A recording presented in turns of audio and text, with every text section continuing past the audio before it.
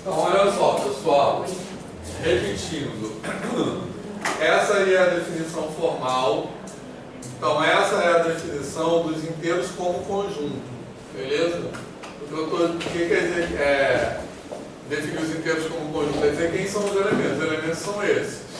Então, quem é um elemento do conjunto dos inteiros, ou seja, quem é um número inteiro para a gente? Por enquanto, um número inteiro é uma classe de equivalente de pares ordenados de números naturais. Beleza? Para a gente é esse objeto estranho. Depois ele vai ganhar uma cara mais familiar ao longo da construção. Eu poderia, de uma forma, para tentar generalizar, colocar, por exemplo, 0,2 igual a 4,2 igual a 3 pontinhos? Pode, mas a gente vai... Classe de equivalência menos 2. Sim. Tá, e aí, como a gente também já falou, o que está por trás disso? Como eu já escrevi aqui, a gente vai pensar num par ordenado como estando associado a uma subtração. Beleza? Um par ordenado representa, digamos assim, uma subtração. E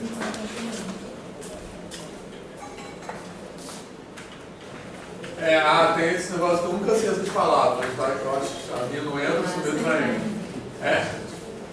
Então, mas aí elas são úteis para dizer que precisa ter um par ordenado porque tem uma ordem. Beleza? O primeiro é o que se chama minuendo e o segundo é o subtraindo. Par ordenado. Exatamente.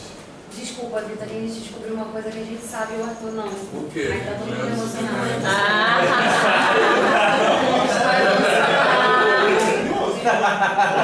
Sabe o quê? Não, eu também não sei. Vocês são estranhos. Eu só sei quando aparece aí, assim. Beleza? Mas aí ele só tem essa utilidade. Dizer que é um par. Por que é um par ordenado? Porque, como ele representa uma subtração, a ordem importa. AB não é a mesma coisa que BA. Tá? E, então, quando a gente diz que o par ordenado AB, como está escrito aqui, ó, é equivalente ao par ordenado BA, a gente está pensando que a subtração que ele representa é igual à subtração que o outro representa. É igual assim, vai dar o mesmo resultado. Beleza? E a classe de um é igual à classe da outra. Beleza? Isso é que eu falei na primeira parte da aula. A equivalência do conjunto de origem, do conjunto ambiente, quem é o conjunto ambiente? N cartesiano N. A equivalência do conjunto ambiente se transforma em igualdade no conjunto quociente. O conjunto quociente é aquele que eu chamei de Z. Beleza, pessoal? Certo? Tranquilo? Então isso aí eu falei, tá de boa. Deixa eu ver o que tem aqui. Tá, então esse é o resumo de tudo, tá?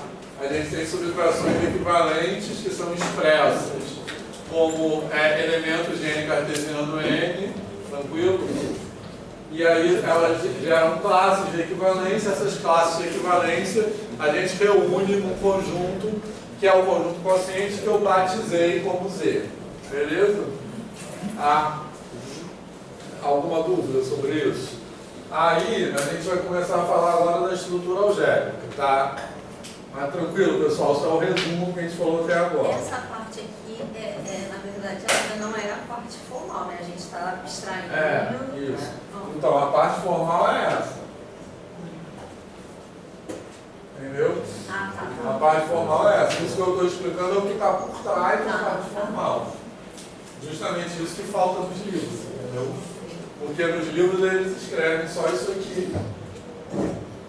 E pronto. E com esses slides aqui eu estou querendo desvelar isso aqui, o que está por trás disso. Entendeu? Então, mas antes de passar para a estrutura algébrica, quero voltar a essa conversa que a gente estava tendo antes do intervalo, que é por que a gente precisa fazer isso, tá? Na verdade, eu quero falar de duas perguntas. Por que a gente precisa fazer isso dentro da matemática? Por que essa construção é necessária dentro da matemática? Outra pergunta é por que eu estou fazendo isso nessa disciplina? Então, por que essa construção é necessária na matemática? Primeiro, eu acho que a gente, resgatando um pouco o que a gente estava falando, é importante, assim, a posição que eu defendo é que a matemática não é universal e que nem o formalismo é universal. Beleza? Então, que a gente pensa nisso muito como o formalismo matemático, do jeito que a gente tem esse formalismo hoje, quando a gente pensa que ele é universal, é como se a gente pensasse assim, essa é a maneira certa de pensar. E é isso que eu quero desconstruir, não tem uma maneira certa de pensar. Essa é a maneira que é necessária de pensar dentro de uma certa meio social, digamos assim. Beleza? E o grupo de matemáticos, assim, de cientistas matemáticos é um meio social, que tem as suas próprias regras. Beleza? Então, para fazer uma analogia, na matemática grega, a gente diz que a matemática dedutiva, né, a matemática como um campo dedutivo, surgiu na Grécia, né, na antiguidade grega. E por que surgiu? Isso tem muito a ver, quer dizer, essa pergunta obviamente não é simples. Mas isso tem a ver, por exemplo, com o advento dos incomensuráveis, certo? E tem a ver mais especificamente com uma pergunta que eu já fiz várias vezes para vocês, que é a seguinte: o que é mais intuitivo? Que existem grandezas incomensuráveis ou que não existem? É mais intuitivo que não existem. Beleza? Certo? No entanto, formam assim, dedutivamente elas existem. Então, o que essa reflexão, uma coisa que essa reflexão nos leva a pensar é o seguinte: dentro dessa discussão, a intuição não é mais suficiente como critério de verdade. Então, por isso que a gente precisa inventar algo além da intuição. E o formalismo matemático nasce muito a partir disso. Beleza? Tem coisas que não são intuitivas, porém a gente quer construir essas coisas. Então, por que a gente não poderia fazer matemática só intuitivamente? Porque a gente nunca chegaria a essas coisas, as coisas que não são intuitivas.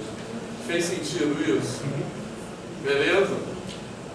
Tranquilo? Fez sentido mesmo? Agora, por que esse formalismo? Porque na matemática contemporânea, né, então a gente precisa formalizar as coisas. O que é formalizar? Basicamente é colocar dentro de uma linguagem que tem as suas regras. Beleza? Certo? E por que as regras são essas? Porque dentro da matemática contemporânea, a partir do movimento de formalização, Bourbaki no começo do século XX, o caminho foi estabelecer toda a matemática com base na linguagem de teoria dos conjuntos. Então, por isso que isso é construído assim, e não de outra maneira. E antes disso, já se falava de números, evidentemente, sem ter nada disso, certo? Mas é importante pensar por que eu preciso formalizar e por que a formalização é essa, poderia ser outra. Tá? E a outra pergunta, eu quero falar, por que eu estou falando disso? Eu estou falando disso basicamente por dois motivos. Um é porque eu quero desvelar isso, beleza? Eu estou falando disso porque eu acho que muitas vezes se fala disso nos cursos de matemática, na graduação, etc., sem falar o que está por trás. E eu quero falar disso falando o que está por trás. Beleza? Fez sentido isso? Então, por isso que eu estou falando disso, não é a coisa em si. Eu quero denunciar aquilo que não é dito sobre essa coisa. Quando começou a teoria de campos? Sabe que eu estou perguntando isso? No final do século XIX, não foi? O quê? Quando começou a teoria? Final do século XIX. Não, século XIX, calma aí.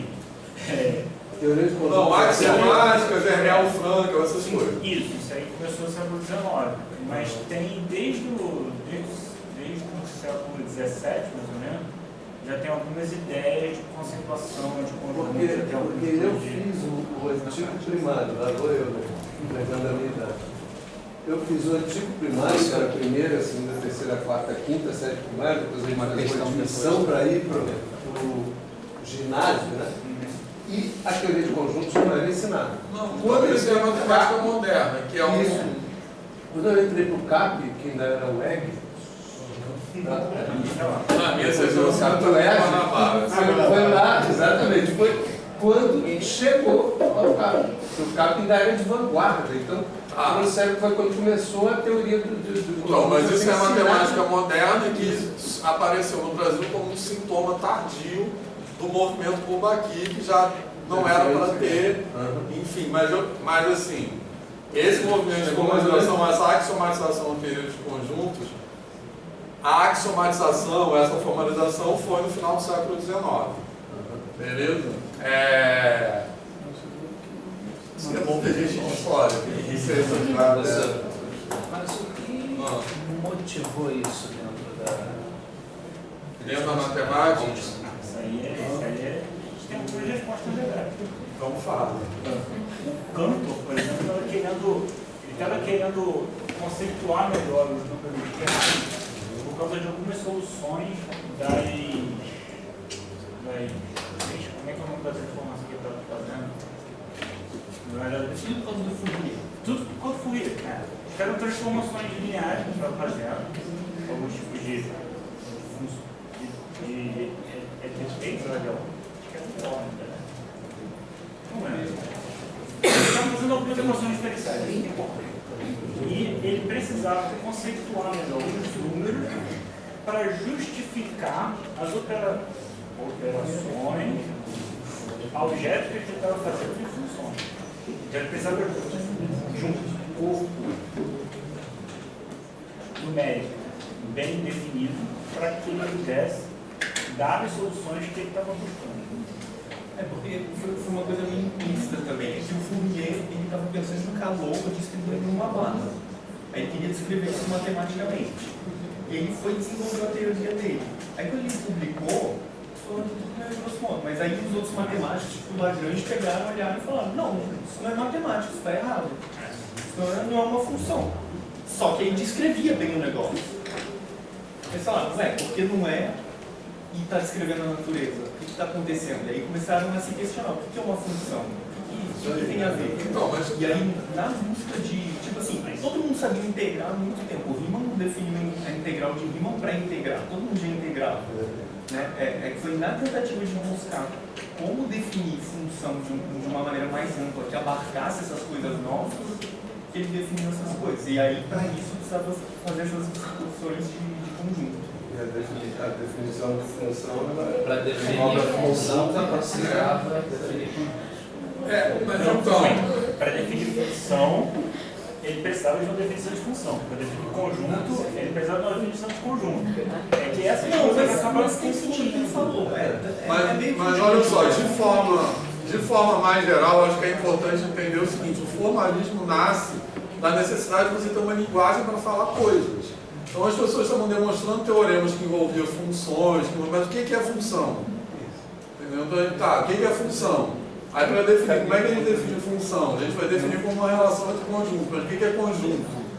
Então o formalismo nasce daí. Assim. Até para ter comunicação. Até para ter comunicação. Na verdade, o formalismo, quando ele não é feito assim, de uma maneira muito dogmática, ele é uma coisa muito interessante, muito saudável em pessoa, que é o que a gente está fazendo aqui, né? Exato. Porque na verdade, é miraculoso isso acontecendo. Assim. Você está capturando precisamente o que você quer escrever e entender, né? Quer dizer, nada a priori garantiria que você conseguiria fazer essa captura formal da coisa em si. E mesmo essa questão de capturar precisamente, isso daí também foi uma mudança da própria filosofia da matemática, dessa virada do século. Porque até então, a ideia matemática, a ideia que dirigia a matemática, era uma ideia mais intuicionista. Do tipo, que eu estava falando agora há pouco, né? Já haviam noções de conjuntos anteriores, mas eram noções de conjunto de intuição, ele não estava buscando. Mas eu acho que tem que ter cuidado para não ser anacrônico no sentido de assim, para eles já era formal. Sim, pra ele É na intuição pra gente. É isso aí, isso é verdade.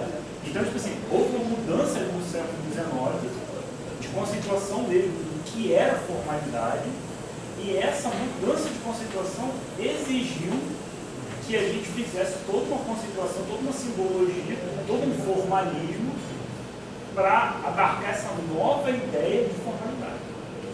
É relativo no tempo. Eu lembro que no livro da Tatiana Mori, não tem momento que ela associa essa formalização com a ascensão do capitalismo, e ela fala sobre a prática de dominação da linguagem e essa formalização como uma forma de domínio de linguagem. Esse aspecto, eu tenho um pouco de cuidado de falar isso, porque não é só uma questão, não é só uma associação livre com o capitalismo, mas houve toda uma questão dentro de uma perspectiva de uma revolução científica, tecnológica e social, naquele período, né, entre a primeira e a segunda revolução industrial, houve um período em que a sociedade inteira estava mudando de tal maneira que era preciso, de fato, rever a ciência e as práticas sociais dentro dessa sociedade que estava surgindo. Não sei se Então, eu acho que a observação da Roberta é importante pelo seguinte: a gente está acostumado a pensar, quer dizer, eu acho que a gente é levado a pensar em ciência, principalmente em matemática, como uma coisa que é desconectada da sociedade. E não é, entendeu? Então, assim, tipo assim, eu não sou de história da matemática, não sei avaliar até que ponto isso é verdade, mas certamente o desenvolvimento da matemática até hoje teve muito a ver com o capitalismo, sem dúvida alguma. Não sei até que ponto, eu não sei dizer, mas o que é importante para a gente pensar aqui no contexto dessa disciplina é que a matemática não é neutra ideologicamente. A matemática, da forma como ela se foi construindo, ela não é porque a gente é levado a essa visão, que a matemática, que o desenvolvimento da matemática histórico até chegar no que foi hoje, foi algo que se deu numa espécie de campo das ideias que é independente de política, de sociedade, de ideologia, de tudo isso. Essa visão é falsa. Essa visão, para quem é professor de matemática, tem que ser completamente desconstruída. E produzida por um grupo que era a minoria, né? Exatamente. Era a elite, não era um povo. tem que ser considerado. Então, os matemáticos é um meio social. Então, quem decide que aquilo é daquele jeito é um grupo específico, uma bolinha. Uma outra coisa que a gente tem que considerar aí é que, assim, até esse período, as escolas e a formação do indivíduo se dava em outro plano. É só no século XIX, seguramente, que essa ideia institucional de escola, escola para a educação do povo, se formaliza, por essa forma. E também não é porque as pessoas são boas, Sim, para formar pessoas para trabalhar, para ser operários. Em adição a isso, a escola... Tem a ver com a Revolução Industrial. A escola ela cumpre dois propósitos. O primeiro propósito, que é a formação de mão de obra, e a criação de nacionalismo. Então, essa escola que a gente conhece, ela nasce dentro de um caldeirão cultural social que está ligado a outros propósitos que não a emancipação do indivíduo, esse ideal iluminista que a gente vive, sabe, romantizando isso. Também na sua aula passada, né? Antes disso, a formação de católicos. Isso a também matemática no centro de tudo, né? ainda tem isso, Gregório, porque Papa Gregório. uma das minhas birras com essa ideia de escola é que, assim, aqui nas Américas, a formação da nossa escola ela é profundamente católica até hoje. E um dos problemas do nosso currículo é nunca ter se desvencilhado dessa herança. Né? Na Europa, isso é um pouco diferente, porque lá houve outros movimentos, Mas é importante colocar aqui também que até, sei lá, até o início desse movimento do imperialismo, né? A instrução de um acadêmico, a formação de um intelectual, era numa ideia mais de mestre e aprendiz. Era uma pessoa que ia estudar com um professor, sabe, relação 1 para 1, no máximo meia dúzia para 1. E depois dessa nossa nova concepção de educação, de uma educação para as massas, é que começa a gente começar, como é que a gente vai ensinar muita gente ao mesmo tempo da maneira mais rápida possível, sabe? E isso tem uma consequência que a gente fica aqui sem... A gente discute muito, né? A gente fica tendo que equilibrar muitos pratos. Tem uma frase legal do matemático do Vladimir Abel, que foi um matemático russo que morreu em 2010, e tem a ver com o que vocês estão falando, que ele falava assim: toda matemática pode ser dividida em 3 partes. A criptografia, que é paga pela CIA e pela KGB, e outras similares. A hidrodinâmica, que é paga pelos fabricantes de submarinos atômicos. E a mecânica celeste, que é financiada por militares e outras instituições que lidam com mísseis como a NASA. A criptografia gerou a teoria dos números, a geometria básica sobre corpos finitos, a álgebra combinatória e computadores. A hidrodinâmica criou a análise complexa, equações diferenciais parciais, grupos de Lie, teoria de cohomologia e computação científica. E a mecânica celeste deu origem a sistemas dinâmicos, álgebra linear, topologia, cálculo das variações e geometria sintética. Então, é isso. Como eu estava dizendo, a matemática não é neutra ideologicamente. E eu acho que pensar nisso é fundamental para quem vai ser professor de educação básica, porque na educação básica a matemática é ensinada assim, predominantemente. Ela se coloca em oposição das ciências ditas humanas como a mais exata das ciências ditas exatas. Tem que acabar com essa separação. O Pó de Drácula acabou temeroso, né? Ensinou o ensino médio, querendo acabar com a filosofia. Pois é. A gente estava conversando sobre isso, né? As escolas particulares praticamente não tem mais. Exatamente. Tanto que na educação básica o comum é, se o aluno é questionador, ele é das humanas. Porque na matemática Então, vocês têm que ser questionadores dentro da matemática. Exatamente. Criar novas possibilidades. Exatamente. E aí, só voltando a essa pergunta, por que eu estou falando disso aqui? Porque o meu objetivo, como eu disse, é desvelar isso, porque a matemática, quando a matemática é apresentada para a gente, eu acho, na graduação, quase sempre ela é reduzida ao formalismo, como se não houvesse nada por trás do formalismo. Então, eu estou falando do formalismo porque eu quero falar do formalismo assim. Além disso, porque eu acho que isso tem a ver com a educação básica. E tem a ver com a educação básica por quê? Porque a gente não vai falar de classe equivalente à educação básica. É mais no sentido que o Giovanni falou agora há pouco, que a gente já falou várias vezes. Porque na educação básica também é assim. A matemática é reduzida ao seu formalismo. Então, pensar, desvelar isso na matemática universitária nos ajuda a desvelar coisas também na educação básica. Acho que a relação é essa. O que o Giovanni falou agora há pouco? Porque o aluno que pensa sobre -2, que a gente quer que o aluno entenda imediatamente e aceite o que é um número negativo, o que é uma fração. Porque a gente está reduzindo a matemática ao formalismo. E a gente está pensando no que o aluno fala com referência na estrutura e não na criação. Então é sobre isso. Nos cursos de licenciatura, então, isso é fundamental. Isso. Por exemplo, bacharel, tá, faz mesmo assim. Nas licenciaturas não é possível. Então, é por isso que a gente está falando sobre isso. Fez sentido? Muito. Pode cair na prova? Tá. Em falar em aqui, não é falar da educação básica, Isso. não falar que você falar, acabou, morreu. Não, e a gente continua dando aula de educação básica da mesma maneira. Entendeu? Bom, mas Daqui a daí... 10 anos ninguém sabe como é que se constrói um inteiro.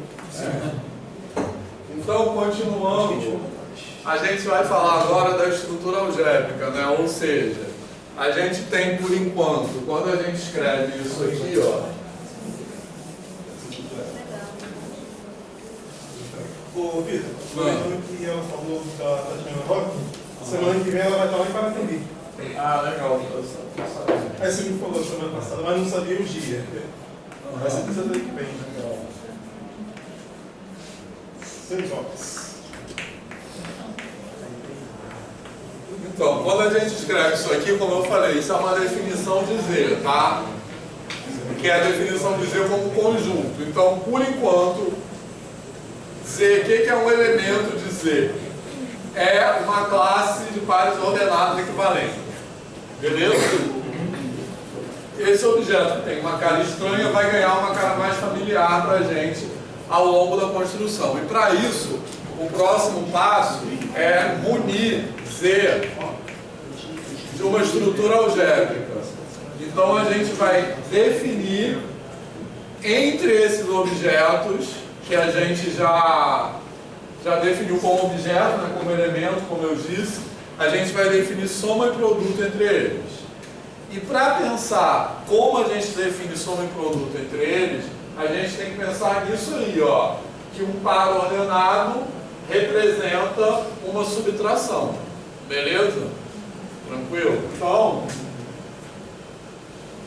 vamos lá, definir a estrutura algébrica. Como definir adição e multiplicação em Z? Beleza? Então, a gente vai definir o que é um elemento de Z. É uma coisa desse tipo aí, beleza? Certo? Então eu quero definir a soma entre dois elementos de Z. Tranquilo? Então um deles é AB barra e o outro é CD barra. Tá de boa? Beleza? Tranquilo? Para saber como eu vou definir essa adição, eu tenho que pensar o seguinte: esse cara aqui, secretamente, ele representa essa subtração. Secretamente eu não posso escrever isso ainda, tá?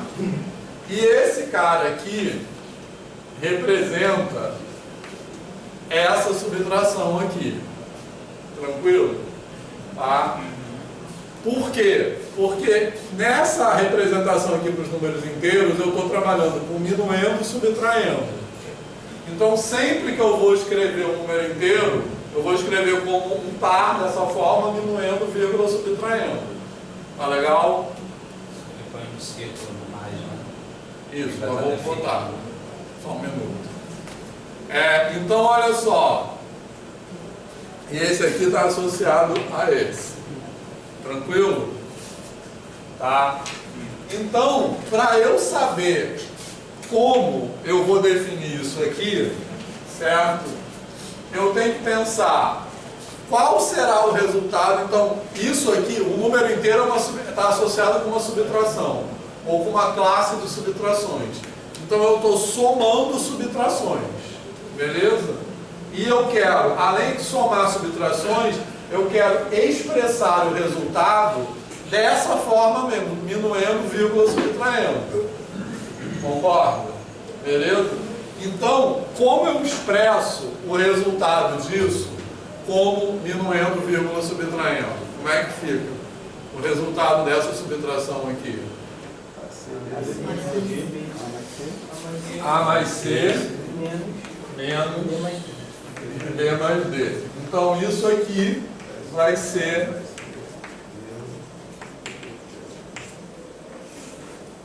beleza? Tranquilo, pessoal? Aí, só tem uma questão. Se vocês olharem aí no PowerPoint, eu estou usando esse símbolo aqui, ó, para falar da subtração de números inteiros. Por que por enquanto eu preciso usar esse símbolo? Porque eu estou lidando, da subtração não, desculpe, da adição. Por que eu preciso usar esse símbolo? Porque eu estou lidando com duas adições. Uma é a adição de naturais e a outra é a adição de inteiros. Então, esse mais, o que é A, B, C e D? A, B, C e D são números naturais. Então, esse sinal de mais que está aqui dentro do par ordenado é uma soma de números naturais. Beleza?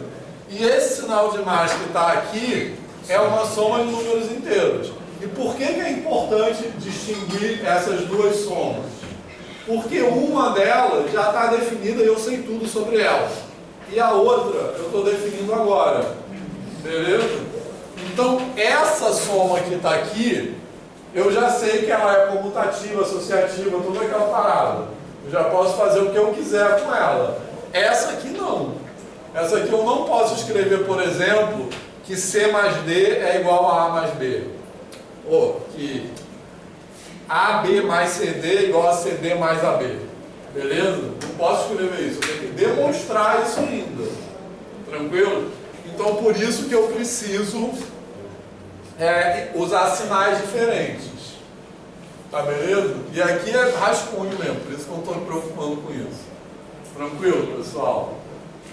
Certo? Bom, e agora a gente já sabe também definir produto. Como é que eu vou definir o produto? Isso aqui é o produto de duas subtrações e eu tenho que escrever o resultado desse produto como minuendo, vírgula, subtraindo. Tranquilo? Aí como vai ficar isso aqui? Fica como? Não sei fazer isso. A, B. Professor, vai me corrigir aí. C menos D. Segunda aqui é C menos D. Ah, tá. C menos D. Como é que vai ficar isso? AC mais BCD. Aqui eu estou escrevendo assim para isso. Menos AD mais BC. Certo? Então eu vou definir isso aqui assim.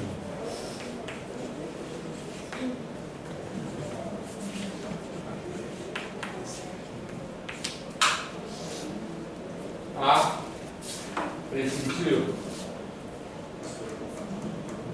Então isso está escrito aí bonitinho, inclusive com animações. Isso tudo foi durante a pandemia. Certo? Beleza, pessoal? Tranquilo?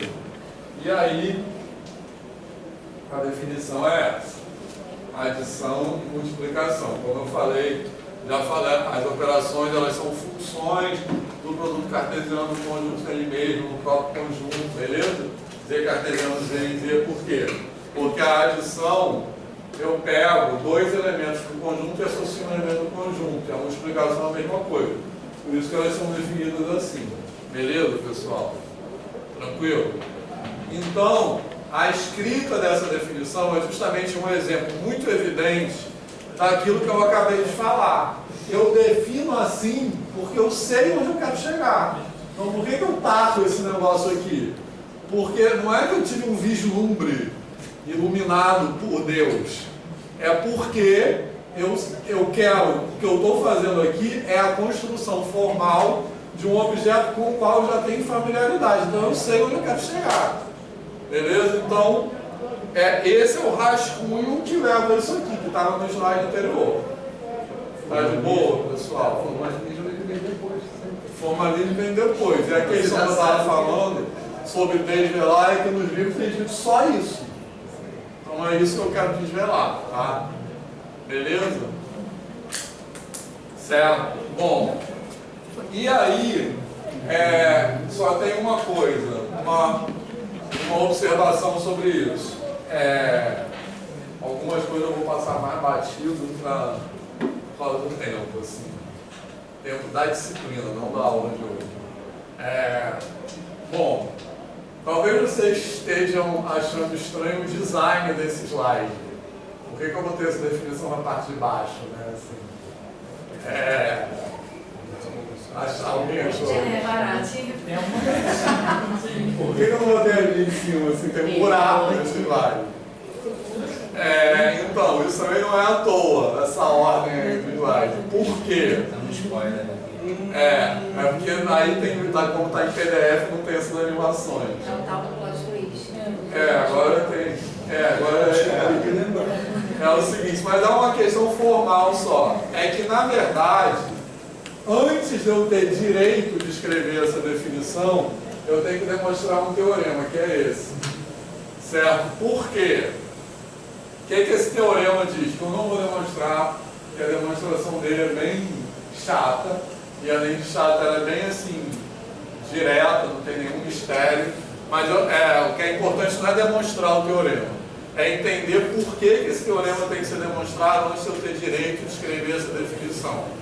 Porque o que esse teorema diz é que aquilo que eu vou escrever como definição independe do representante da classe equivalência.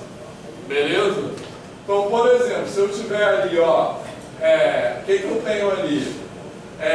Eu estou dizendo que A1B1 é equivalente a A2B2, né? Quando eu digo, posso apagar esse quadro?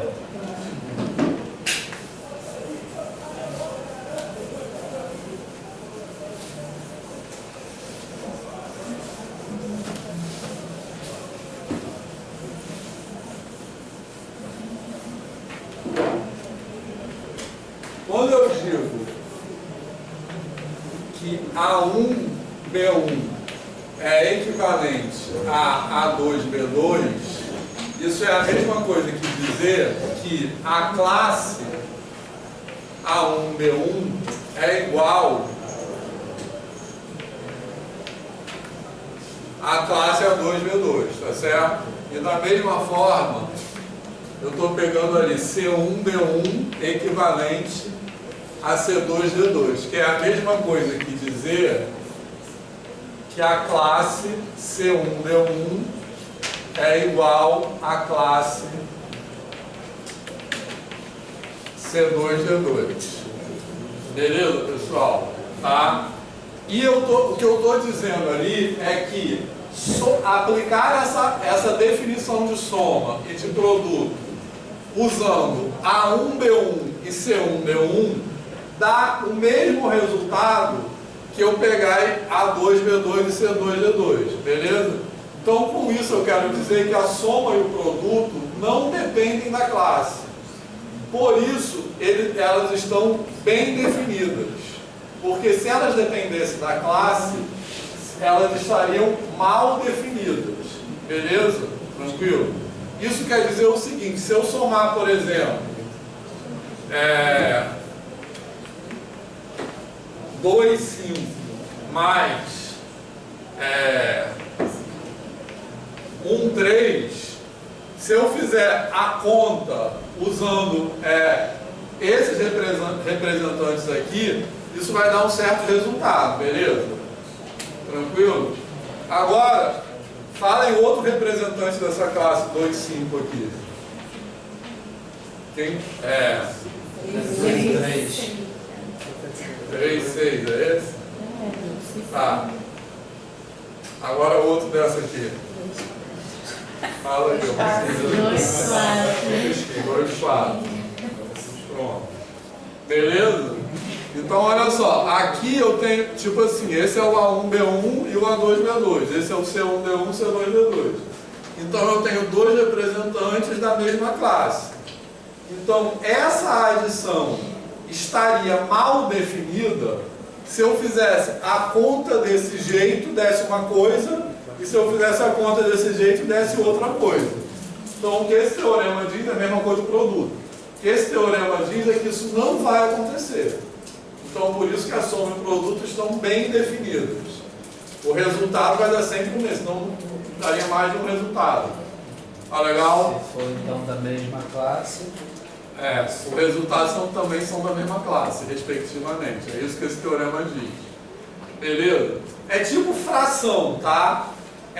Porque quando chegar na função dos racionais, a gente vai fazer a mesma coisa, só que essas classes aí serão as frações equivalentes.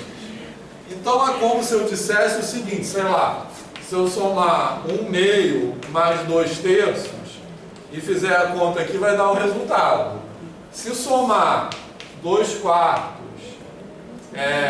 mais... Professor, mas ali não teria que especificar que A1B1 é da mesma classe de... Então, A1B1 é equivalente a A2B2, eles são da mesma classe. Então, fazendo a analogia para números racionais, que é mais familiar para a gente, quando eu defino a soma de racionais, eu quero que se eu somo 1 meio mais 2 terços, por exemplo, vai dar um resultado lá. Se eu somo 2 quartos mais 4 sextos, eu quero que dê o mesmo resultado, porque eu estou usando representantes diferentes da mesma classe, beleza? Esse é equivalente a esse é equivalente a esse. Então eu não quero que a soma nem o produto sejam definidos de tal forma que se eu somar de um jeito vai dar uma coisa, se eu somar de outro jeito vai dar outra. Eu quero que dê a mesma coisa. Então isso que significa estar bem definido, é ter um resultado só. Tá legal? Certo? Então por isso que antes de anunciar essa definição, eu tenho que demonstrar aquele teorema. Se eu demonstrar, a definição está errada, logicamente, não faz sentido. Beleza, pessoal? Tá de boa isso? Tá? Bom, aí o próximo passo, que a gente vai passar tipo sumindo nesse passo, assim, porque seria chatão isso, é mostrar que esse conjunto aí, que agora que eu fiz, eu já defini soma e produto. Aqui no slide anterior, eu tenho esse negócio aqui que é a definição de soma e produto. Posso apagar aqui?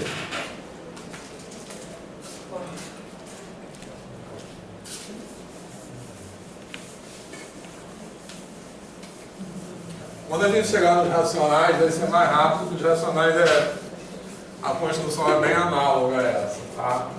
Então agora eu tenho isso aqui, ó.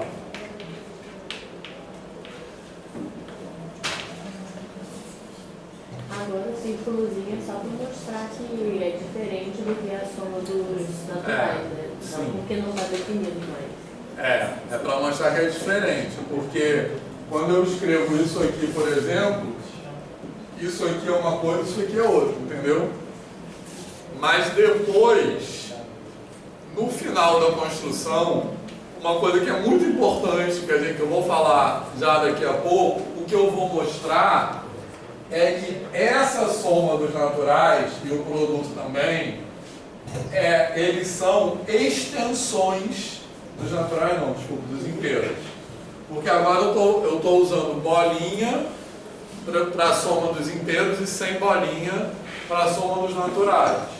Na verdade, um motivo para isso é que eu falei, uma já está definida e a outra eu ainda estou definindo.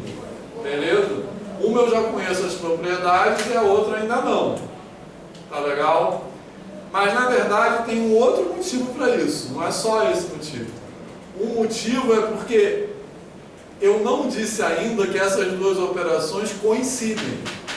Entendeu? Então no final coincidem onde elas são comuns, tá? Então, a gente vai voltar já a falar disso, que é importantíssimo. Porque aí eu vou dizer, no final eu vou concluir, que essa soma e o produto de fato são extensões da soma e produtos naturais. Mas já eu volto a falar sobre isso. Tá? E aí a gente vai usar a ideia de isomorfismo. Bom, mas... Eu ia falar isso. São isomórficos, calma, vamos chegar lá.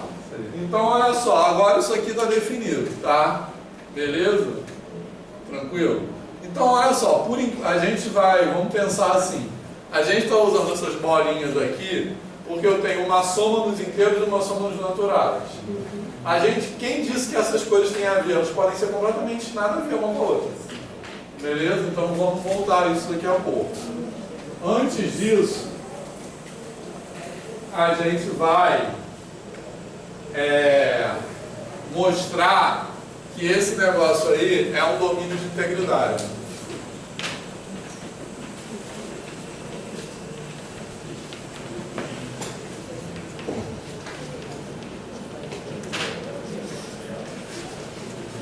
Certo?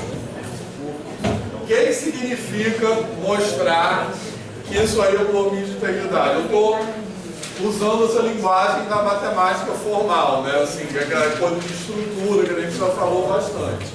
Então, o que é um domínio de integridade? É um anel comutativo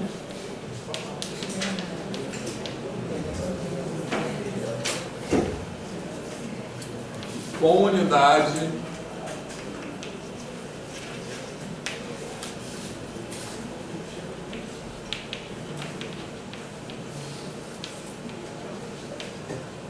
e sem divisores de zero. Isso que é um domínio de integridade, beleza?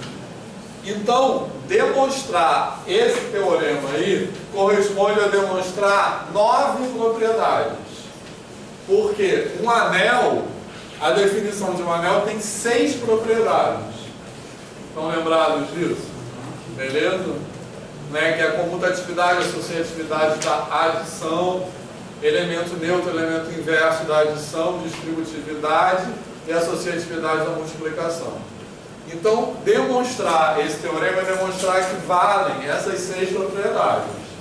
Beleza? Que a gente não vai fazer isso, que é chatão. E aqui tem um exemplo, apenas peguei um exemplo aí qualquer, da comutatividade da adição. Então, só para entender como é que a gente está fazendo essa demonstração. Ó, eu quero mostrar que AB mais CD é igual a CD mais AB. Então, como que eu faço? AB mais CD, por definição, é isso aqui, concorda? Porque são naturais. Que esses caras aqui são naturais. E como é que eu defini soma? Eu defini assim. Então, beleza. Agora, aqui dentro eu posso comutar. Tá legal? Porque são naturais. Então, como eu disse, essa soma sem bolinha é uma soma que eu já conheço tudo sobre ela, porque é a soma de naturais. Então, aqui dentro eu posso comutar. Então, daqui para cá, o que eu apliquei? A comutatividade nos naturais. E daqui para cá, eu apliquei a definição novamente. Primeiro passo por definição, segundo passo por propriedade dos naturais, depois por definição. Exatamente. Daqui para cá, isso é igual aquilo ali por definição. Tá de boa? Tá? Então, cada propriedade dessa, basicamente, fazer isso. Por isso que eu falei, não acrescenta nada, fica demonstrando isso aí. Beleza? Bom, mas aí tem só algumas perguntas ainda sobre isso, que são importantes para a gente pensar. Por exemplo, quem é o neutro aditivo? Quem é o neutro aditivo dos inteiros? Mas quem é zero? A pergunta é essa. Quando os dois números são iguais, exatamente. Então é isso aí. Concordo. Que não há uma subtração. Beleza? Que é 0, 0 também, mas posso botar qualquer número ali que vai dar a mesma taxa, tá? E quem é, quando eu tenho um cara AB,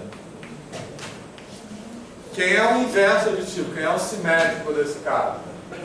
BA. Beleza? Tranquilo? Tá? Porque quem é o simétrico? É um cara que quando eu somar com ele, vai dar o neutro. Então, como é que eu somo isso aqui? Usando a definição. A mais B, vírgula, B mais A. Concorda? Pelo que eu acabei de falar, quem é isso aqui? Isso é equivalente a 0, 0. Beleza? Tá? Tranquilo? Então, o simétrico de AB é BA. Beleza? Não sei se vocês estão percebendo, mas vou dar uma provocação que a gente vai responder na próxima aula. Não acabou não, tá? Essa provocação é o seguinte: vocês estão percebendo uma analogia com os racionais, que a gente, o próximo, não sei se vocês estão percebendo.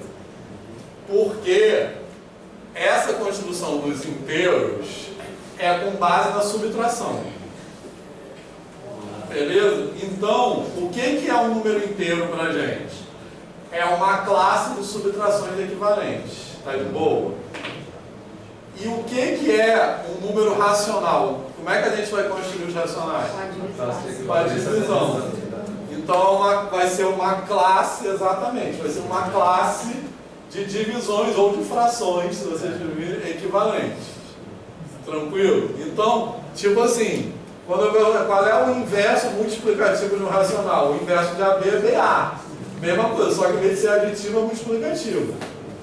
Beleza? E o neutro aditivo também, A, que é A sobre A. Perceberam uma analogia o tempo todo? Até quando a gente definiu a relação de equivalência, que eu falei assim, quando A mais B é igual a B mais C, lembra que eu falei? Lá na definição. Quando chegar no racional vai ser a mesma coisa, só que produto. Beleza? Vai ser, que é exatamente aquela equivalência de frações, que é esse vezes esse é igual a esse vezes esse. Né? Que a gente fala às vezes que é meio babaca, produto dos meios ou produto dos extremos. Mas só para perceberem a analogia, perceberam que é tudo análogo? Então, o que a gente faz com subtração dos inteiros, a gente vai fazer com divisão dos racionais, ou frações. E sabe uma coisa que é engraçada? Que agora, assim, se a gente está vendo dessa forma com os inteiros, acredito assim, eu pelo menos nunca tinha visto assim, dessa forma. Então é uma coisa estranha, que a gente fica assim, nossa, tem que pensar para entender e tal. Só que a gente faz basicamente exatamente a mesma coisa quando a gente ensina fração, fração equivalente. E mostra assim, não tô entendendo não, gente, aqui, facinho, ó. Exatamente. Multiplica assim, foi. Perfeito. E aqui a gente tá fazendo mó raciocínio, né? Exatamente. Então, o que eu queria falar, essa pergunta que eu quero deixar, é exatamente isso que a Maria Tereza falou. Mas olha só, na verdade, duas coisas. Isso que ela falou é muito importante, que é o seguinte, vamos falar outra coisa antes. A pergunta que a gente não vai responder hoje, as construções são muito análogas, tá de boa? Só que essa ideia de equivalência, no caso dos racionais, ela é muito usada na educação básica. A ideia de fração equivalente, né? Que é a mesma coisa que divisão equivalente. Ela é muito presente na educação básica. E a ideia que a gente está falando aqui de subtração equivalente não a gente não usa isso na educação básica. E daí vem esse estranhamento que a Maria Tereza falou, que é importante para a gente, que é aquela, igual quando a gente fez mudança de base, que é para a gente se colocar no lugar do aluno, beleza? Então, essa equivalência aqui é super estranha para a gente, assim como a equivalência de frações é super estranha para o aluno, porque ele está vendo aquilo pela primeira vez, beleza? Então, isso é uma coisa muito importante para a gente pensar. Agora, a pergunta vejam bem, não vou responder, tá? A pergunta por que na educação básica a gente trabalha com números racionais por meio de frações equivalentes, porém a gente não trabalha com números inteiros por meio de subtrações equivalentes? Quem sabe não é para responder agora. Tá? Entenderam a pergunta? Tipo, é totalmente análogo, certo? Beleza? Só que a ideia de fração equivalente é muito presente na educação básica como número racional, e a ideia de subtração equivalente não aparece na educação básica como número inteiro. Por quê? Tu vai deixar a gente nessa dúvida até Até semana que vem. Você não vai responder, você vai fazer a gente responder. A gente vai ficar com uma resposta na cabeça, a gente só vai saber se a gente está certo ou errado. Não, até semana que vem. Não, tá, vamos. Vai Porque grande parte Tá, vamos ver, de repente dá um tempo. Falar um pouco isso. Mas assim, tem só para. a gente não. Algum poderia falar da gente não fazer essa construção exatamente com os números, porque a gente já trata os inteiros e os naturais como os números. Não. Só que aqui a gente primeiro tratou os inteiros com quantidade, quantificação, tudo mais. Depois que a gente passou para a ideia dos inteiros. Ó, muito Não, honesta, não é. na minha cabeça isso não era nem intuitivo até agora. Pensar Não, então, mas quando. nessa equivalência na subtração. Mas olha só, se eu tivesse começado pela construção de racionais, seria intuitivo para você. Sim, mas a conta é subtração. Não é. Porque eu já tinha pensado. Agora, com o que a gente está falando, sim. Isso. Mas eu acho que não vai ser a resposta, é claro. Mas a gente não trabalha porque a gente nunca pensou assim. Exato, é isso. Exatamente. Perfeito, exatamente. Que a gente traz os inteiros como se eles estivessem lá. Não, como se fosse uma reflexão. Não, mas tem um motivo além desse, que é um motivo matemático. Então, olha só, isso que a Monique falou é o seguinte, que uma coisa não é mais difícil que a outra. É só porque a gente está mais acostumado com um que com o outro, não é isso? Beleza? Agora, tem um motivo matemático para isso. A fração é ensinada como divisão, né? Isso. Também. Sim, mas tem um motivo além desse, que é um motivo meio surpreendente. Calma, eu vou falar. Agora a gente já entrou nesse buraco, Vitor. Tá. Vai ter jeito. Beleza, Eu estou pensando naquilo que você falava no início das aulas. Ah, Que existe um passo entre você dizer que a fração é um número e a fração é uma fração. não, tudo isso que vocês estão falando está certo. Assim, tem um passo, exatamente. Tá, eu vou falar, vocês não estão me obrigando. Pô, você não pode, eu adoro o ficar sem saber. Eu gosto de não saber as coisas. Se eu souber, eu vou sacar. Tá, eu vou falar então. Eu vou falar, mas assim, não vou conseguir demonstrar todo. Na aula que vem a gente vai falar mais. Você consegue esperar. Você também gosta de spoiler? Não gosto de spoiler. Eu odeio spoiler. Mas assim, porque eu gosto de cinema. Eu gosto de ver. Eu também. Não vai nem dizer isso, não. Eu gosto de ver um filme sem saber nada. Só assim, alguém que eu confio no gosto fala, esse filme é bom. Só. Mas eu gosto de não saber nada. Até o trailer gosta muito. Sobre esse diferente. E filme também, outra coisa que eu não gosto. Assim, eu não gosto de entender totalmente. Eu gosto de filme que você não entende direito. Assim. Spoiler. A gente tem essa obsessão por querer entender as coisas. E você não sabe direito o que aconteceu. David Lynch, sabe? Eu odeio aquele filme que tem uma narração, sabe? Aquele filme, agora aconteceu isso, enfim. Mas, então vamos lá, vou falar. Porque veja bem, pode apagar isso aqui? Pode. Porque quando a gente... Peraí.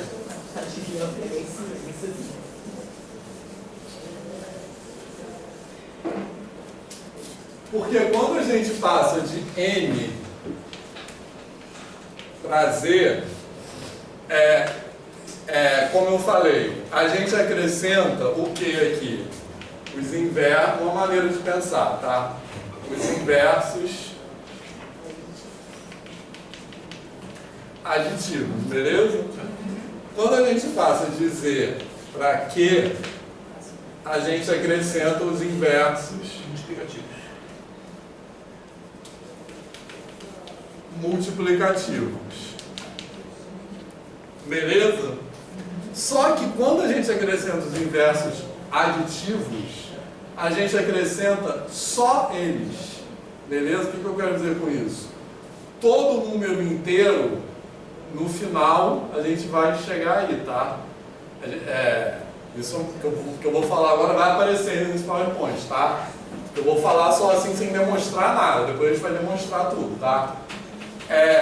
Todo número inteiro ou é um número, ou ele está identificado com um número natural, ou ele é o inverso aditivo de um número natural, concorda? Beleza? A gente não demonstrou, a gente já sabe disso, que a gente já conhece os números inteiros. Mas dentro da construção a gente não demonstrou isso ainda. Beleza, pessoal? Então pega um número inteiro qualquer. Ou ele está identificado com um número natural, tipo 5. Ou o simétrico dele está identificado com um número natural, tipo menos 5. Então todo número inteiro ou é um natural, ou é um simétrico de um número natural. Beleza? Com os números racionais, a gente não acontece a mesma coisa. Porque a gente, aqui, quando eu disse, a gente passa para os inteiros, a gente acrescenta os inversos adjetivos, porque a gente é tipo assim, os inteiros é os naturais, união os seus simétricos. Com os racionais não acontece isso. É verdade que todo racional ou é um inteiro, ou é o inverso multiplicativo de um inteiro? Zero. Por exemplo, qual é o natural? 2 terços. Tipo assim, racional 3 sobre 1 é um inteiro. 1 terço não é um inteiro, mas é o inverso de um inteiro. 2 terços não é nenhuma das duas coisas. Então, daqui para cá, a gente acrescenta os inversos adjetivos e somente eles. Daqui para cá, a gente acrescenta os inversos multiplicativos e mais um monte de outras coisas que são necessárias ser inventadas por uma questão das contas baterem, uma questão das contas fecharem, uma questão de consistência algébrica. E a gente só vai entender isso melhor quando continuar a construção. Ok até aqui? Professor. Aí vai entrar os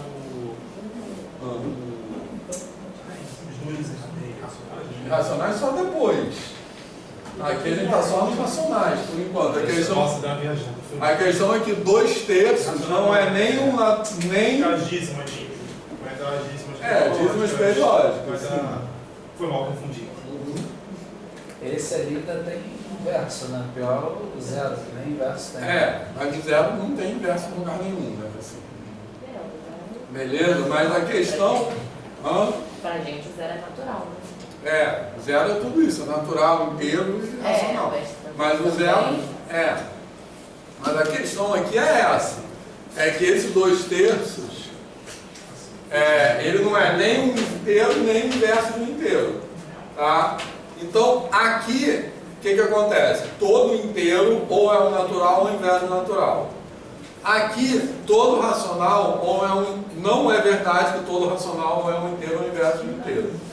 Beleza? Tranquilo? Fez sentido A isso? educação aqui, isso não faria sentido na hora de introduzir isso para os alunos de educação básica, apresentar os racionais, primeiro apresentando o inverso dos inteiros, e aí mostrar essa diferença entre os conjuntos depois, acrescentando as outras frações. Eu acho que essa conversa que a gente está tendo tem várias reflexões que a gente pode pensar que vocês têm mais lugar de fala, têm mais propriedade de falar do que eu. Mas justamente por isso que eu estou falando, por que eu estou falando sobre isso? Porque isso desvela coisas na matemática da educação básica que a gente não pensa normalmente. Então essa discussão tem várias coisas, tipo isso que a Roberta está falando, que vão aparecer aqui. Beleza? E as operações convencionais também, elas têm, sabe, ficam mecânicas sem eles entenderem absolutamente nada do negócio. E aquele faz MMC, faz não sei o que, não fica claro que eles estão, na verdade, dando equivalências, né? Claro. Uma loucura. Mas olha só. Gente, então, o que tem a ver isso com a pergunta que eu fiz agora há pouco? Por que aqui a gente trabalha com relação de equivalência e aqui não? Porque aqui a gente não precisa. Por que a gente não precisa? Porque tem uma notação mais simples. Beleza? Então, para a gente representar os inteiros, como eu falei que a gente, nos inteiros, a gente tem apenas os naturais e os simétricos naturais, então, para representar os inteiros, tudo que a gente precisa é um símbolo de simetria. Tudo que a gente precisa é o sistema de numeração que a gente já tinha dos naturais, mais um símbolo de simetria. Então, a gente, para representar os inteiros, a gente não precisa falar de subtração equivalente. Agora, para representar os naturais, a gente usa essa notação de fração equivalente porque não tem uma notação mais simples. Tem a posicional, obviamente. Mas nessa analogia não tem uma notação que seria assim. Se fosse verdade que só tem os inversos multiplicativos, tudo que a gente poderia, sei lá, botar o 3 e o 3 com um negocinho em cima seria 1 terço. A gente só precisaria desse sim, mas isso não dá conta, entendeu? Faz de conta que isso aqui fosse 1 sobre esse número. Beleza? Certo? E aí a gente não precisaria falar de equivalência. Fez sentido isso? E até quando você expõe os conjuntos, né? O N, você bota uma chave, 0,1, 3 pontinhos. O C, você bota 0, 1, e o Q? Quando você vai ensinar isso no porque o Q tem a densidade, tem a ver com aí conjunto dos A sobre B, tais, aí eu queria usar uma linguagem, né? Toda formal, estranha. Isso aí. E na Constituição ainda tem autor que quando vai construir o conjunto Q, bota A sobre B, né? A é vermelho, B diferente de 0. Repete. Tem autor que bota no final. E o MDC do A e do B tem que ser igual a 1. Pois é, isso é um absurdo, né? Assim, porque não precisa, né? Assim, então você está trabalhando com. As outras representações também são válidas, né? Assim, mesma coisa o MNC, né? Assim, você tem que achar o MNC, não tem. Você está falando das representações, né? Assim, beleza? Então, o que você pode pensar assim, o meio é você pegar uma pizza e dividir em duas e pegar um pedaço. 2/4, pegar uma pizza, dividir em 4 e pegar 2 pedaços. Mas essas coisas produzem o mesmo resultado. Digamos assim, a equivalência quer dizer isso. Mas quando o autor faz isso, ele meio que descarta isso. Beleza? Tranquilo? Então vamos falar sobre. A gente vai voltar sobre isso. Satisfez a curiosidade de vocês? Aposto que ninguém nunca tinha pensado nisso. E aí, como a Roberta falou, tem várias coisas que a gente pode pensar a partir disso. Professor, porque em teoria teria um caminho, como eu posso dizer, mais fácil, digamos assim, né? Isso aqui a gente tem uma notação mais fácil. E ali não tem. Porque essa notação mais fácil não dá conta de todo mundo. Entendeu? A gente poderia até inventar essa notação. Vamos combinar agora essa notação aqui. Mas ainda assim a gente precisaria de outra notação. Então a gente não pode abrir mão da equivalência. E aqui pode. Só que aí tem outra questão. Aqui eu acho que pode, mas não deve. Entendeu? Porque, aí a gente vai depois falar disso no ano que vem, porque essa ideia de frações equivalentes eu acho que deve ser trabalhada, embora não precise. Porque eu acho que ela traz até cálculo mental. Quando a gente faz cálculo mental, a gente trabalha com subtrações equivalentes. Né? Assim, tem várias estratégias. Beleza? Bom, mas só falar da definição de relação de ordem, porque na aula que vem a gente vai falar disso aqui, tá? Então, como é que a gente define relação de ordem? Olhando para cá o PowerPoint dele. É a mesma coisa que a gente vai definir quando que a gente pensou para definir as operações, tá? Eu estou usando um símbolozinho diferente porque pelo mesmo motivo. Porque eu vou estar trabalhando ao mesmo tempo com uma relação de ordem nos inteiros que eu vou definir agora e uma relação de ordem nos naturais que já está definida. Beleza? Certo? Então, para definir a relação de ordem, vou aproveitar esse PowerPoint todo com a animação certinha. O que eu quero fazer? Eu quero fazer isso. Beleza? Então, eu quero a subtração A menos B menor ou igual que a subtração C menos D. Então, então é isso mesmo. A definição agora é essa. Beleza? Tranquilo? E aí, também tem aquela mesma coisa que acontece, a gente tem que ter, que aconteceu lá nas operações, a gente tem que ter esse teorema para dizer que a relação de ordem está bem definida. O que ela é bem definida? Que ela independe da escolha do representante. Beleza? Então, se eu tenho representantes equivalentes, vai dar o mesmo resultado. Beleza? Bom. E aí, tem o teorema, que a gente vai passar batido também, né? Porque, enfim, o objetivo nosso aqui é entender o encadeamento, né? Não é fazer todos os detalhes. Que é que agora eu tenho os inteiros munidos das operações e munidos de uma relação de ordem. Então eu vou demonstrar, eu já sei que é um domínio de integridade. Agora que é um domínio de integridade ordenado. O que significa isso? Que a relação de ordem tem aquelas 6 propriedades. Então tem que demonstrar que essa relação de ordem que eu defini assim, ela satisfaz aquelas 6 propriedades. Então ela é reflexiva, antissimétrica e transitiva. Isso significa que eu posso de fato dizer que ela é uma representação, que ela é uma relação de ordem. Ela é tricotômica, então ela é uma ordem total e as operações são monótonas. Então, de fato, isso é um domínio de integridade ordenado. Não é só um domínio de integridade munido de uma ordem. Tá legal?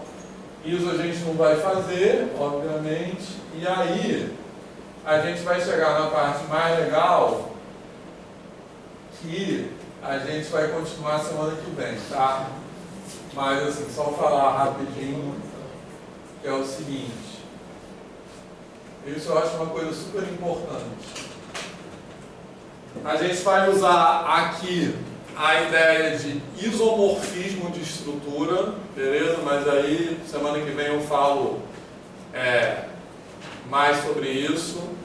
E aí, eu acho que eu já comentei aqui que uma coisa que eu me lembro da minha graduação é que os professores de álgebra falavam assim, isso aqui é igual a menos de isomorfismo. E eu não consegui entender o que isso quer dizer. O que é a menos de isomorfismo? Também tinha essa dificuldade. Então, aí eu vou explicar. O que quer dizer a menos de isomorfismo? A menos de você qualquer coisa. Como assim a menos de? Então, a menos de alguma coisa que é tipo assim, que a única diferença entre aquelas coisas é aquela. Então, quando eu falo que... A gente vai falar disso de novo na aula que vem, mas quando eu falo que tem um isomorfismo, quer dizer basicamente que eu tenho duas estruturas que elas podem ter elementos diferentes, mas elas se comportam da mesma maneira. Beleza? Então elas são quase iguais. A única coisa que as diferencia é o isomorfismo. O que separa uma da outra é o isomorfismo. Que eu vou falar o que é o isomorfismo, tá? Por isso que eu digo, elas são iguais a menos de isomorfismo. A única diferença entre elas é um isomorfismo. Beleza? É isso que isso quer dizer, tá? Mas, o que isso é importante? Porque olha só, o que eu estou desenhando aí. Eu construí assim, posso apagar isso aqui?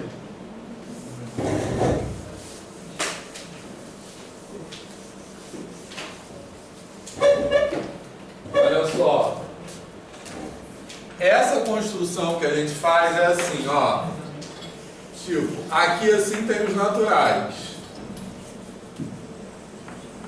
beleza? Tranquilo?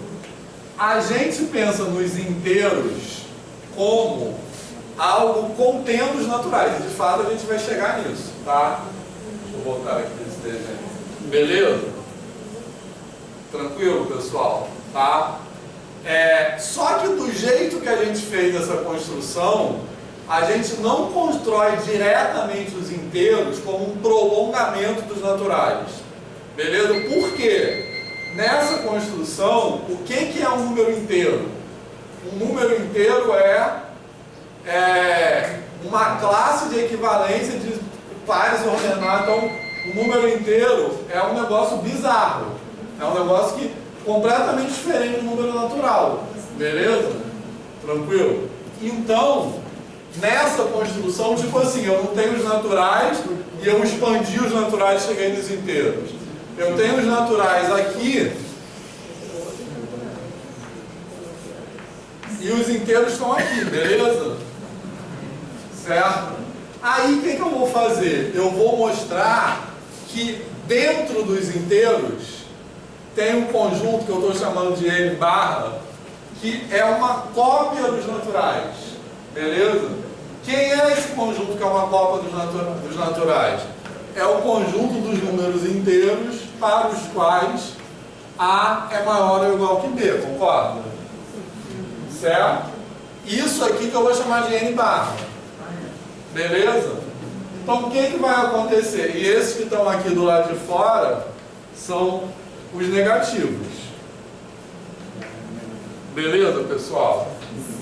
Tranquilo? Então, quando eu termino a construção dos inteiros, o que eu vou observar, e isso a gente vai fazer na aula que vem, é que dentro dos inteiros tem alguns que podem ser identificados com os naturais. Beleza? E tem outros que não. Então esses que não são os negativos, que são os novos números que eu inventei. Beleza? Certo? E esses aqui, que eu vou chamar de N barra, podem ser identificados com os naturais. Eles são uma réplica dos naturais ali dentro. E é isso que eu chamo de isomorfismo, tá? Beleza? Eles são, matematicamente eu falo que eles são conjuntos isomorfos. E aí eu uso aquela regrinha que eu usei para a construção dos inteiros e resulta em números análogos. Dentro daquela regrinha tem um subconjunto dos inteiros que é análogo aos naturais. Então, o que eu faço? Eu estou como se eu estivesse puxando os naturais aqui para dentro. Então eu vou dizer que esse subconjunto dos inteiros, ele é igual aos naturais a menos isomorfismo. Beleza? Ou seja, eles se comportam da mesma maneira. Se eles se comportam da mesma maneira, eu posso fazer de conta que eles são iguais. Eu posso esquecer que o que separa eles é um isomorfismo, que eu vou falar o que é, mas isomorfismo quer dizer isso, eles se comportam igual. Tá legal? E pensar neles como a mesma coisa. Beleza, pessoal? Tá de boa isso? Certo? Agora, a primeira vez que eu vi isso na minha vida, eu achei isso meio artificial. E aí eu quero dizer o seguinte, que hoje eu não acho isso artificial, tá? Eu achei isso artificial pela seguinte maneira, porque eu achava muito assim, rebuscado. Você tem os naturais aqui e em vez de construir os inteiros diretamente como uma expansão dos naturais, eu tenho que identificar os naturais com o subconjunto dos inteiros. Tá? Então, é como se eu estou identificando o número 3 com o 3 zero. Beleza? Certo? Por que eu estou dizendo que hoje eu não acho isso artificial? Porque eu acho que realmente quando a gente aprende na escola, o número 3 natural é uma coisa e o número 3 inteiro é outra coisa. E o número 3 racional é outra coisa e o número 3 real é outra coisa. São coisas que a gente identifica. E na escola a gente passa mesmo por esse processo. Porque quando a gente aprende um novo tipo de número, digamos assim, a gente precisa ressignificar os números que a gente já sabia. Então essa associação do 3 natural como 3 inteiro, que vai estar dentro de um universo que tem outras regras, né? E depois, e os racionais, de novo, isso de fato é uma identificação que a gente tem que fazer. Beleza? Além disso, a gente faz essa identificação. Como eu já falei, na matemática grega essa identificação não é feita. Tá? Então acho que isso também provoca reflexões sobre como a gente ensina isso na educação básica. E a passagem desse isomorfismo, só fazendo os racionais seriam 3 sobre 1. Seria o 3 sobre 1, exatamente. Os reais seria o 2,99. Não, aí os reais não necessariamente. Os reais seriam um córner de 15. Por exemplo, uma sequência de coxilha, depende de como a gente vai construir. Mas fez sentido isso que eu acabei de falar? Beleza? Mais algum comentário sobre isso? Tá de boa? Tá fazendo sentido essa... Porque a passagem dos reais é mais complexa. Bem mais. Pode ser resumido como... Passagem dos reais é muito mais complexa do que isso, tá? Agora, envolve outras questões. Agora, na semana que vem, a gente vai falar da passagem, vai continuar falando sobre isso, aí vai demonstrar aquele negócio que eu falei e vai falar da construção dos reais. Só que a construção dos reais não, dos racionais. Só que a construção dos racionais vai ser bem mais rápida, porque ela já é muito parecida. Então, vários comentários que eu fiz a gente vai precisar fazer com tanto detalhe, tá? Beleza, pessoal? Mais alguma questão? Então, valeu. Só Para mim é isso. mais importante do estudo dessa Só estamos muito felizes que você respondeu. Tá. Não, essa aula aqui.